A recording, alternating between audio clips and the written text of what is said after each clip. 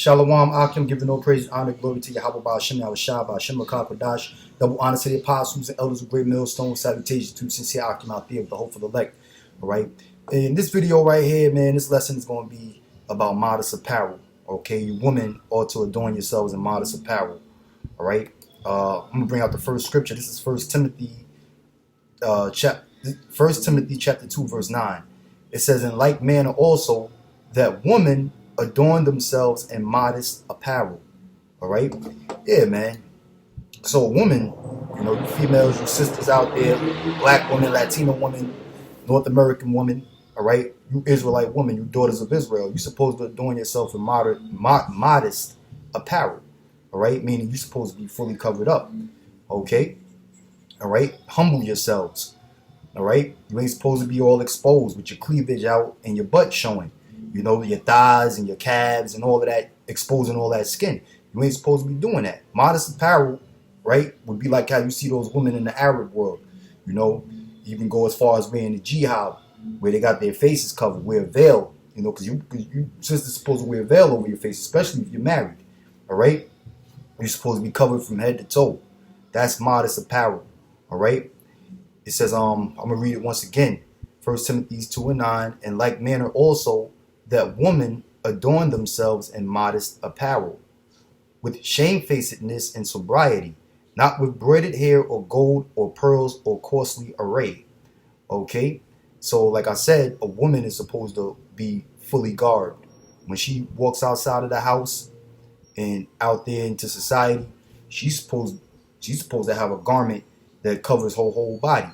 Okay, she's not supposed to be exposing all of her secret parts, that's only supposed to be secluded for her husband to see, But nowadays you got these women out there, like I said, they got their cleavage out and their butt showing, all right, and even their belly button, slim waist and what have you, with their body all tatted up, new tats, so everybody could see. Which tattoos are sin according to the Bible anyway. You ain't supposed to put cuttings in your flesh, all right, or put marks on your body, okay. But all of these hoes, these 304s of our nation, they got that damn tramp stamp on their lower back, right above their butt, and they basically exposing it for the whole world to see. They want everybody to read that tattoo and compliment them on their tattoo, right? You women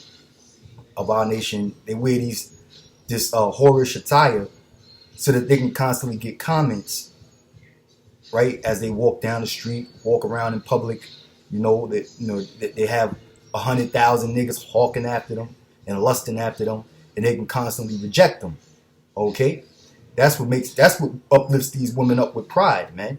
The fact that so many niggas are adorning them and lusting after them, all right, and they have a right to pick and choose who they want to deal with, who they want to screw, who they want to sleep with, who they want to go out on dates with, because that's the American way. America uplifted these women to think that they're equal to a man, but it's gotten to the point where these women are actually, America made these women more superior than men, gave them more rights than men, and that's totally wicked. Matter of fact, it's the book of Leviticus chapter 19 verse 29. It says, do not prostitute thy daughter to cause her to be a whore, lest the land fall to whoredom and the land become full of wickedness. All right, do not prostitute thy daughter to cause her to be a whore. Okay, yeah, and the downfall of a lot of these women it ultimately goes back to the so-called white man, all right, because of his laws that he set up and the way he's broken up the household, which really goes back to the curses that was placed upon us as a nation for disobeying the laws, statutes, and commandments of Yahweh Ba'ashem, Yahweh Shah, all right. But you got a lot of these young women out here of our nation that are basically being prostituted, and the scripture says, do not prostitute thy daughter to cause her to be a whore. You see a lot of these young girls out here, a lot of them grow up in the projects, they grow up in the ghettos, right? They grow up in the barrios, okay? And they live in a poor household where they can't, their family, they usually from a single father home, a single mother home, because the father might have skipped out on the mother because the mother was bugged out or whatever the case may be, and we know how the so-called white man broke up the Israelite family, through the welfare system, all right, when the man couldn't be in the house if the woman, right, wanted to get government assistance, okay? So that basically split up the household, and a lot of these young girls grew up without a father figure, So then they wound up taking to the streets, going out there into the streets, where you got some older gentlemen, right? I can't even call him a gentleman, an older fucking pervert, low life, all right? These pimp niggas, these drug dealers, okay? That will become like a sugar daddy to these young girls, man, to these young girls while they still so-called innocent, all right? And then they'll turn these young girls out, man, and have them out there basically prostituting, man, And that's why the scriptures say, do not prostitute thy daughter to cause her to be a whore. So a lot of them pimps and them sugar daddies, those are older men that groom these young girls to wind up being whores, man, And, and I can't just blame the man, because you also got these women. That pertains to these women too, these mothers that raise these young girls out there to become little gold diggers and whores, man. All right? It says, lest the land fall to whoredom and the land become full of wickedness. And that's what happens, man. The land falls to whoredom. How does the land fall to whoredom? Because you got these young women out here, right, that's out there parading themselves, showing off their figure, dressed scantily like a goddamn whore, with a million niggas lusting after them and sleeping around with all of these niggas. And to the point where, there's jealousy among men fighting over the same goddamn hoe or gold digger, all right? And to the point wherein you got niggas killing each other over broads, man. You got some of these bitches that line niggas up to get them robbed and set up, all right? But ultimately, you got, through jealousy, you got a lot of niggas fighting over the same girl, to the point where it winds up being tragic, to the point wherein homicide takes place, and you got some niggas wind up in the grave, or a nigga winds up in prison. Okay, that's how the land falls to whoredom. These women being uplifted with pride, and these niggas behaving like simps over these hoes, man. All right, and a lot of these young girls are groomed to be that way, man. Nowadays, I mentioned the fathers being absent out of the household and the mothers grooming these little girls to be whores, but now it's social media. So, whether the mother and the father don't have control over their kids, because now the goddamn TV and computers and, your little cell phone with the witchcraft gadgets of social media, through the entertainment industry with these fucking hoes like Sexy Red and Cardi B and Megan Thee Stallion, showing these young girls, promoting to these young girls how to be whores, dress provocative, dress in a slut-like fashion. You got Amber Rose, who, by the way, is a tear, okay? Got the slut walk going on. So these young girls, they don't know what it's like to be dressed as a woman, what a woman is. A lot of these young girls don't know what a slip is. I remember growing up, with women, they used to have, they had their panties, they had a slip that goes under their dress, because a lot of times these dresses are damn near see-through. When a woman has a slip on, you can't see through the dress to see her panties, what color panties she's wearing, or she's wearing a thong, or whatever the hell the case may be. These young girls today don't know what a slip is. I don't even think they sell slips in the fucking department stores anymore, man. So, like I said, this video is about modest apparel. And modest apparel was you women covering yourselves up, man. And you know what sparked me to do this video, man? Because I've seen, watching shit on YouTube, man. I seen Ashanti. I seen a picture of Ashanti, matter of fact. She's pregnant by Nelly, right? And in her baby shower, she wore some whore-looking shit with her fucking 8-month belly exposed, man. And she ain't the only one that does that shit. A lot of these young pregnant girls, these girls are pregnant, man, about to give birth at any given moment, but yet they got their fucking belly all showing, all exposed, man. And that shit looks stink, man. And it's only our women that do that. It's only our women that do that. And you got their baby daddies is cool with that shit, man.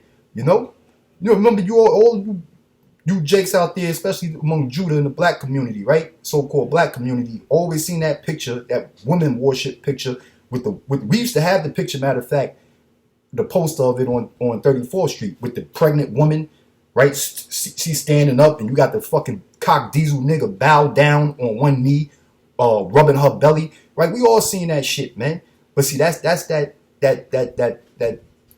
sense of pride that they've given to these women, man. You know? So you got these girls out there that are pregnant and they all exposed, no shame whatsoever. You know? I'm not saying you should be ashamed to be pregnant, but you ain't supposed to be proud to be being pregnant. You know? You supposed to cover yourself up. All right? You supposed to be covered, man. You know, as a woman. You know? Matter of fact, you should be shameful, meaning humbled. Right? Because even the scriptures say that. I'm going to read that again. 1 Timothy 2:9. It says, in like manner also that women adorn themselves in modest apparel. All right? So you're supposed to cover yourself up. That's modest apparel.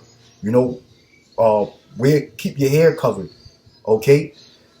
You know, wear something to cover your chest or your breast, right? And cover your whole body. Don't expose your belly button.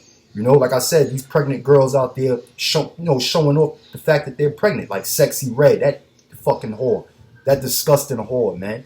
You know, she all pregnant and twerking at the gynecologist's office. Okay, I mean that shit is just horrible, and that's only our women that do shit like that, man.